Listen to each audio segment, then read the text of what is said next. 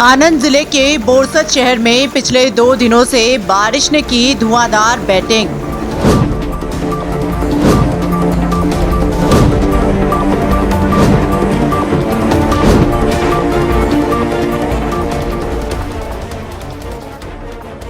ये कोई तालाब या झील नहीं है, गुजरात के आनंद जिले के बोरसद शहर की सड़कें हैं।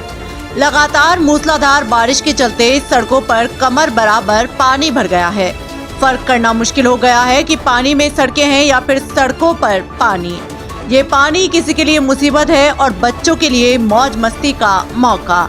आनंद जिले में बादलों ने आफत मचा रखी है। मूसलाधार बारिश के चलते शहर की कई सड़कें बंद हो गई हैं। कई जगहों पर बिजली गुल है। तालाब नाले तूफान पर आ गए हैं। हर जगह सैलाब ही सैलाब है। बोरसद के फूलबाई माता मंदिर के करीब एक पुराना मकान गिरा और इलाके में कई पेड़ भी गिरे। गनीमत रही कि जहां मकान और पेड़ गिरे वहां कोई दुर्घटना नहीं घटी। बोरसद शहर के बाजारों में बारिश की वजह से कर्फ्यू देखने को मिला। बड़ी मशक्कत के साथ पालिका की टीम द्वारा फंसे हुए लोगों को और मवेशियों को पटेलवाड़ी, सूर्य मंदिर, कन्याशाड़ा जैसी अनेक सुरक्षित जगहों पर पहुंचाया गया। लगातार बारिश ने बोरसद शहर की हालत खराब कर दी।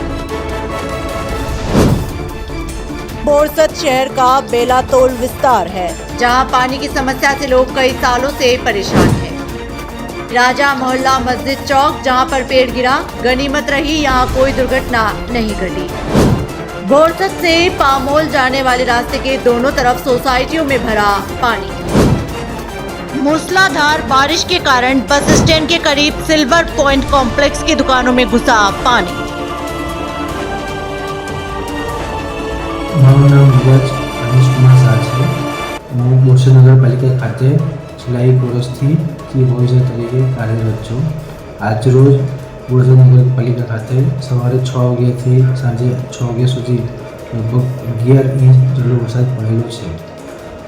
નગરપાલિકા દ્વારા બોરસદમાં એન્ટર થતા અને બોરસદમાંથી બહાર નીકળતા અને બોરસદની વચ્ચેના તમામ કાંસ કે નદી નાળા કે કાંસ જે છે તમામ ની સાફ સફાઈ કરી કોઈપણ જગ્યાએ પાણી અટકે નહીં તેવા પ્રયત્નો કરવામાં આવેલા છે। નગરપાલિકા વિસ્તારમાં 3 કે 4 વિસ્તાર જે વર્ષોથી ભૌગોલિક પરિસ્થિતિ છે તે એસડી ચેમ્બરની પાછળનો વિસ્તાર છે, કોરઈ તળાવ છે, ખાડિયા વિસ્તાર છે, વન તળાવ વિસ્તાર છે, અક્ષરનગર વિસ્તાર છે, મેઇન આણંદ ચોકડી વિસ્તાર છે। એ તમામ વિસ્તારોમાં જે વર્ષોથી જે પાણી ભરાય છે એનું આયોજન કરી અને આગામી ચોમાસામાં એ ન ભરાય તેની કાળજી રાખવામાં આવશે।